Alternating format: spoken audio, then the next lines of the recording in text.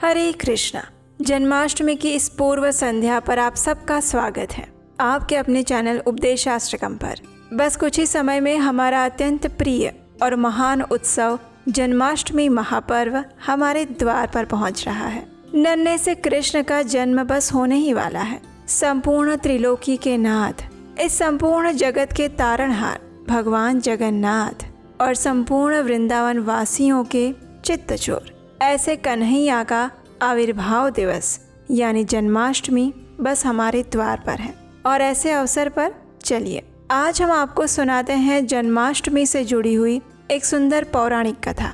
आज की कथा शायद आपने पहले कभी नहीं सुनी होगी, लेकिन ये हमारे पुराणों से ली गई है और ये पूर्ण रूप से शास्त्रोक्त और प्रमाणभूत कथा है। तो चलिए कभी ना सुनी हुई ऐसी सुंदर और अनोखी कथा का आज श्रवण करते हैं। आइए आज की जन्माष्टमी व्रत कथा का आरंभ करते हैं। हम सब जन्माष्टमी के महापर्व को अत्यंत धूमधाम से मनाते हैं, इतनी तैयारियां करते हैं और श्री कृष्ण का जन्म कैसे हुआ उसकी कथा भी हमने अनेकों बार सुनी है। लेकिन क्या आप जानते हैं वृंदावन में कृष्ण का जन्मदिन कैसे मनाया जाता है?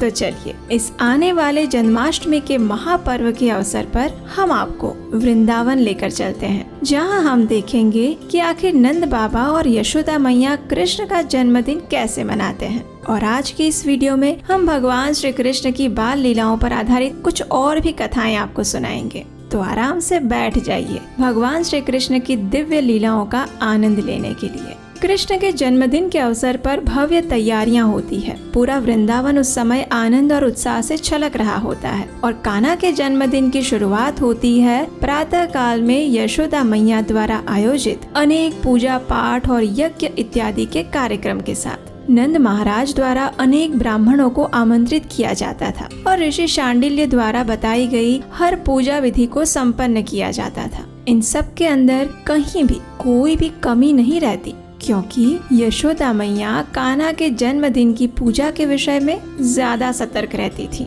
इसलिए सारी पूजा और विधि एकदम पूर्ण होती थी। कान्हा को भी इन पूजाओं में बैठने में बड़ा मजा आता। लगभग सुबह का समय इन्हीं पूजा और यज्ञ में व्यतीत हो जाता। फिर जब सभी ब्राह्मण ये विधि संपन्न कर लेते तो कान्हा स्वयं उन्हें भोजन करवाता और नंद महाराज दान देते। उसके बाद बारी आती है कृष्ण के मित्रों की। जैसे ब्राह्मण और साधु चले जाते हैं, उसी क्षण कान्हा के सभी मित्रों की टोली आकर उसे घेर लेती है और वे सब खाली हाथ नहीं आते। जी नहीं, वृंदावन में जो बड़े लोग हैं वे कृष्ण के लिए अनेक सुंदर कीमती उपहार लेकर आते थे, जैसे कि मूल्यवान कपड़े, आभूषण, मोती, खिलौने इत्यादि। लेकिन कान्हा के जो छोटे छोटे मित्र हैं ना, वे कान्हा के लिए कुछ विशेष उपहार लाते थे। हालांकि उनकी भेंट इतनी कीमती नहीं होती, लेकिन फिर भी वे सब अनोखी होती थी। आपको जानकर आश्चर्य होगा कि कृष्ण को अपने मित्रों द्वारा लाई गई भेंटों को देखने में अधिक रुचि रहती।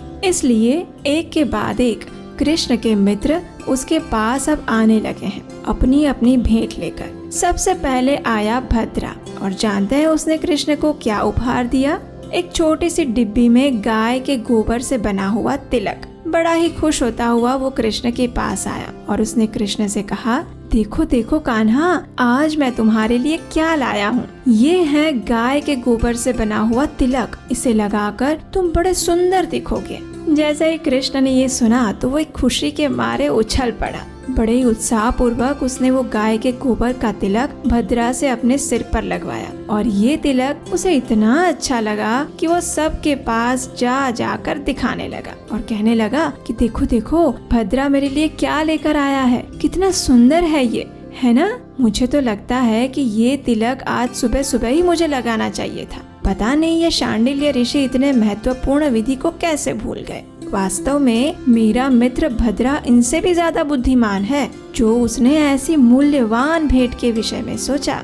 इस प्रकार कान्हा बातें कर रहा था, तभी एक और ग्वालबाल आया जिसका नाम था तोके। वो 3 रंगों वाला फूल लेकर आया था कृष्ण के पास। उस फूल को देखकर कृष्ण इतने प्रसन्न हो गए कि पूछो ही मत। पूरी सृष्टि की रचना करने वाला कान्हा अपने मित्र से कहने लगा, अरे वाह, कितना सुंदर है ये फूल। आज तक मैंने इतना सुंदर फूल कभी नहीं देखा। देखो देखो, ये तोके मेरे लिए कितना सुंदर पुष्प लेकर आया है। आज तक इतनी मूल्यवान भेंट मुझे किसी ने नहीं दी है, वरना तुम ही बताओ पूरे वृंदावन में ऐसा पुष्प कहाँ मिलेगा।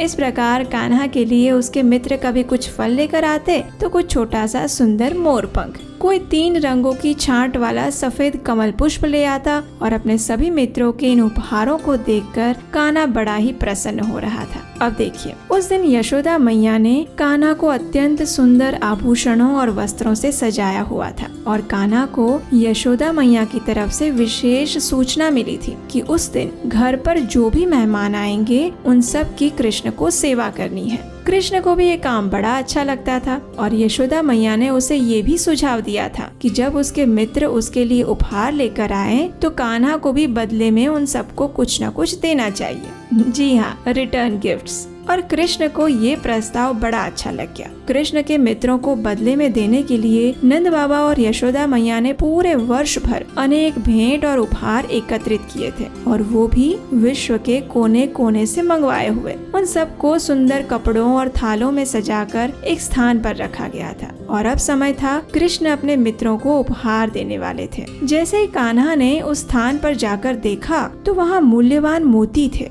कीमती आभूषण थे, सुंदर वस्त्र थे और अन्य वस्तुएं थी। लेकिन इन सब को देखकर कान्हा बड़ा ही निराश हो गया। उसे लगा कि उसके मित्रों ने जो मूल्यवान वस्तुएं उसे दी है उसके सामने ये सारा सामान तो कुछ भी नहीं है। उसे ये कीमती वस्त्र आभूषण बिल्कुल अर्थविहीन लग रहे थे। अब उसके पास अपने मित्रों को देने के लिए कुछ भी नहीं है। ये सोचकर कान्हा को बहुत रोना आ रहा था। उसने सारे उपहार फेंक दिए और एक कोने में जाकर रोने लगा। अब ये देखकर नंद बाबा और यशोदा मैया परेशान हो गए। वर्ष भर उन्होंने इतनी मेहनत से इतना खर्च करके इतने उपहार एकत्रित किए थे और कान्हा को वो पसंद ही नहीं आए। अभी कुछ समय पहले ही उछल कूद करता हुआ, खुशी से नाचता हुआ कान्हा आज अपने जन्मदिन पर रो रहा था। अब ऐसी स्थिति में अंतिम आश्रयदाता कौन है?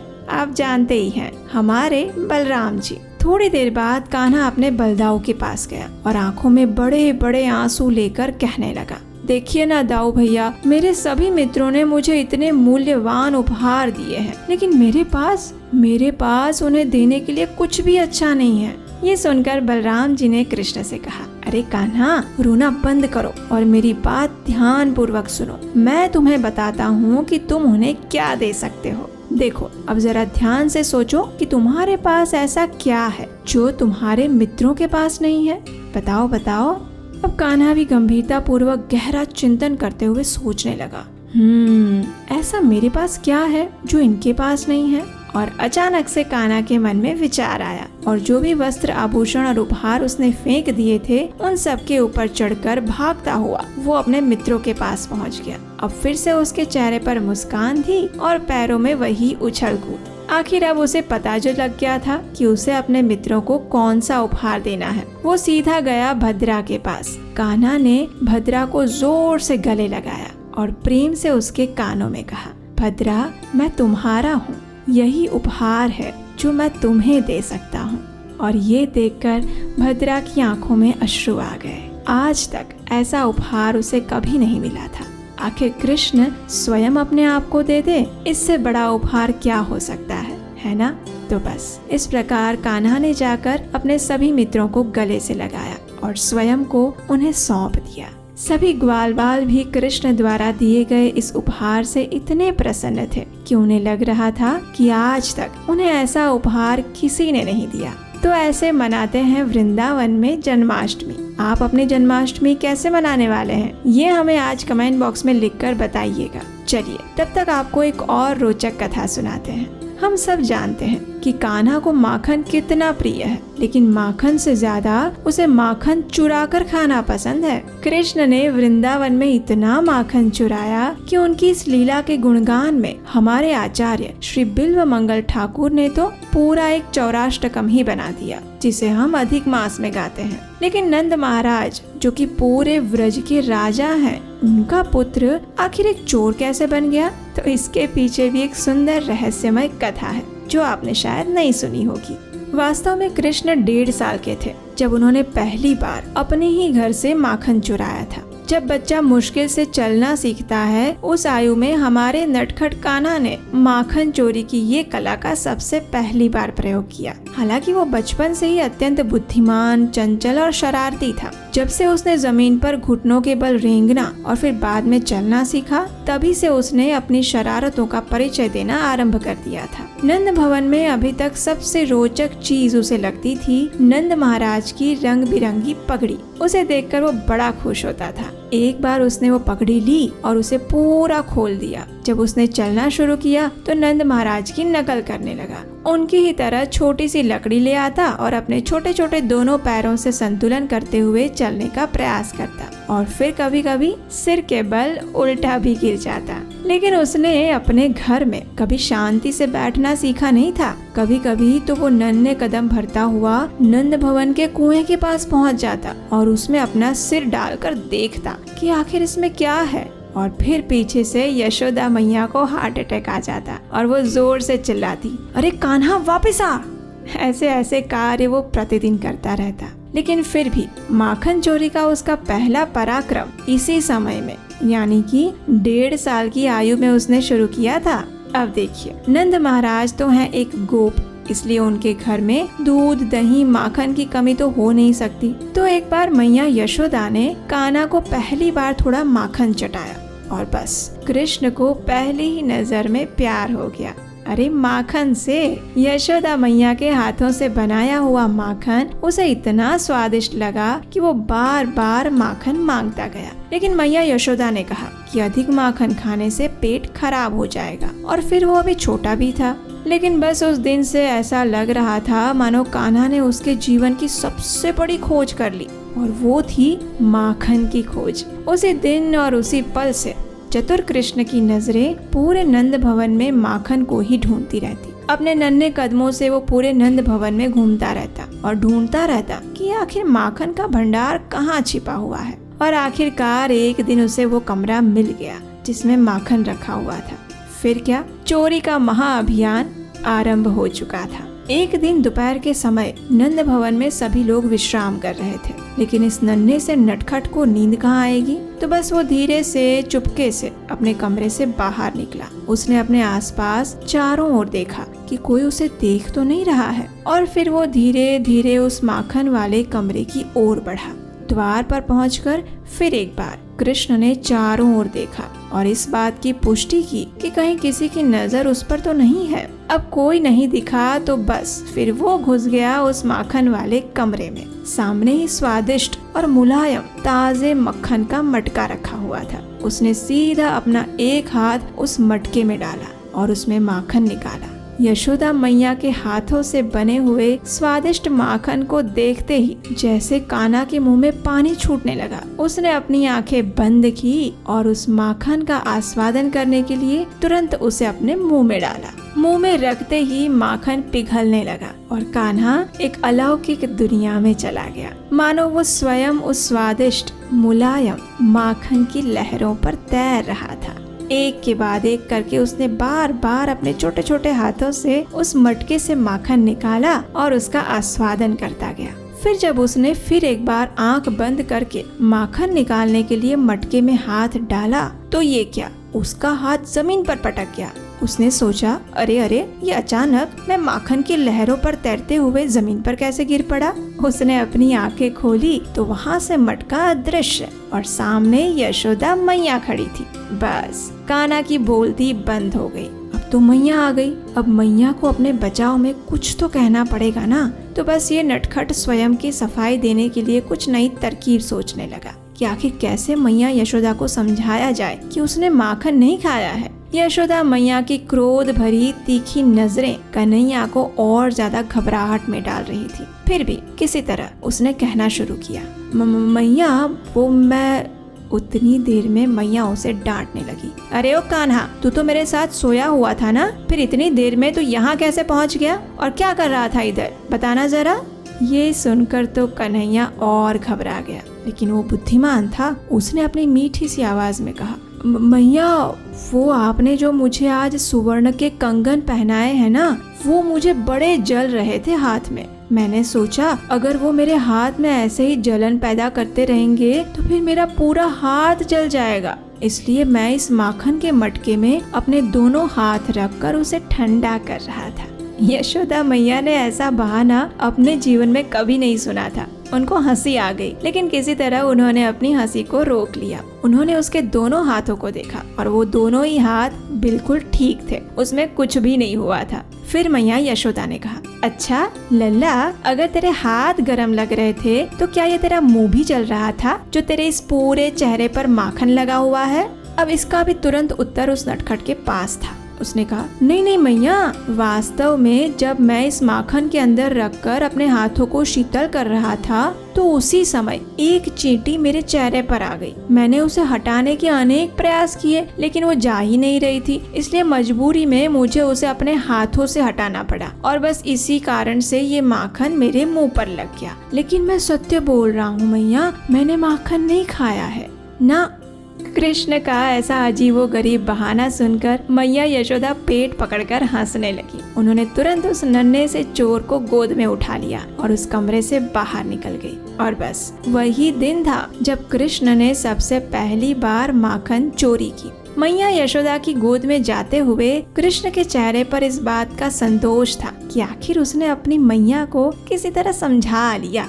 अगर मैया यशोदा उसकी बातों से समझ गई है तो इसका मतलब है आने वाले समय में वृंदावन की अन्य गोपियों को समझाना इतना मुश्किल नहीं होने वाला था, क्योंकि कान्हा के अनुसार उसकी मैया पूरे वृंदावन में सबसे बुद्धिमान गोपी थी। हाँ, तो इस प्रकार नंद महाराज का बेटा बन गया माखन चोर। और आने वाले समय में उसकी इस माखन चोरी में उसके सभी मित्र भी सहभागी होने वाले थे। कृष्ण के सखा उतने ही मनमोहक और रोचक थे जितने कि स्वयं कृष्ण। पूरा दिन वे कृष्ण के साथ खेलते, शरारतें करते और रात को भी उन्हीं को याद करते हुए सो जाते। इन सखाओं में एक सखा था भद्रा, जो कृष्ण के साथ हमेशा परछाई की तरह रहता। जहाँ भी कृष्ण जाते भद्रा उनके साथ जाता, यहाँ तक कि रात में भी वो कृष्ण के पास ही सोने की जिद करता। एक दिन सुबह सुबह सभी ग्वाल बाल अपनी गायों को लेकर गोवर्धन की ओर निकल पड़े, लेकिन भद्रा को कृष्ण कहीं नहीं मिले। चिंतित होकर उसने श्रीदामा से पूछा, क्या तुमने कन्हैया को देखा? मुझे बड़ा भय लग रहा है कि कहीं असुर ने उस पर हमला ना किया हो। श्रीदामा ने हंसते हुए कहा, अरे भद्रा, तू पागल हो गया है? आजा, यहाँ बैठकर थोड़ा विश्राम कर ले, चल। भद्रा की चिंता तो बढ़ गई। उसने मधुमंगल और स्तोक कृष्ण से भी पूछा, लेकिन वे दोनों भी हंसने लगे। अब भद्रा को गुस्सा आ गया कि ये सब कृष्ण के संकट की परवाह भी नहीं कर रहे हैं। तब उसने बलराम जी से पूछा, ताऊ जी, क्या आपने कान्हा को देखा है? तो बलराम जी मुस्कुराए और बोले, अरे भद्रा, कान्हा तुमसे दूर कैसे जा सकता है, जरा सोचो। भद्रा ने जैसे ही मुड़कर पीछे देखा तो कृष्ण वहाँ खड़े हंस रहे थे। वास्तव में पूरा दिन कृष्ण भद्रा के ठीक पीछे थे, इसलिए भद्रा उन्हें देख नहीं पा रहा था।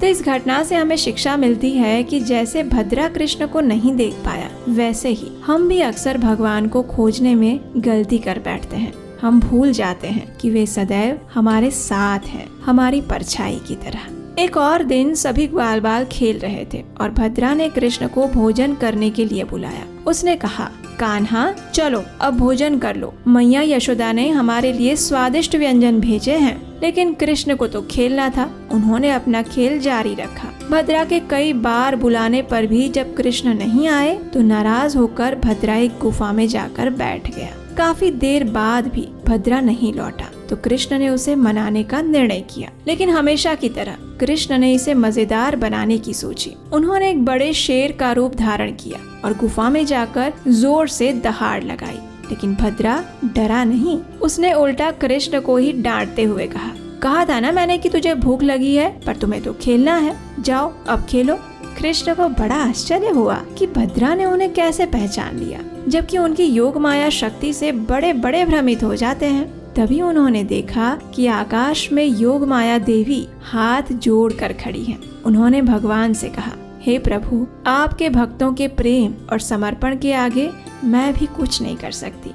उन्होंने आपको अपने प्रेम से जीत लिया है। और फिर कृष्ण समझ गए कि सच में उनसे अधिक शक्तिशाली उनके भक्त हैं। और इसी बीच असली शेर भी गुफा में आ गया और भद्रा ने उसे बुलाकर भी कृष्ण का प्रसाद खिलाया। प्रसाद पाकर शेर भी आनंद में नृत्य करने लगा। और इस प्रकार कृष्ण और उनके सखाओं की अद्भुत और रोचक लीलाएं चलती रही। वृंदावन में ऐसे ही आनंद और प्रेम से भरे प्रसंगों का निरंतर प्रवाह बहता रहता है। आज की कथा बस इतनी ही। अगर आपको ये कथा पसंद आई है तो इसे लाइक कीजिए, शेयर कीजिए, आपके अपने इस चैनल को सब्सक्राइब कीजिए। चलिए आने वाले जन्माष्टमी महामहोत्सव की तैयारी आरंभ करते हैं और अपने मन, शरीर और चेतना से सदैव भगवान श्री कृष्ण की भक्तिमय सेवा में संलग्न रहने का प्रयास करते हैं। हरे कृष्ण।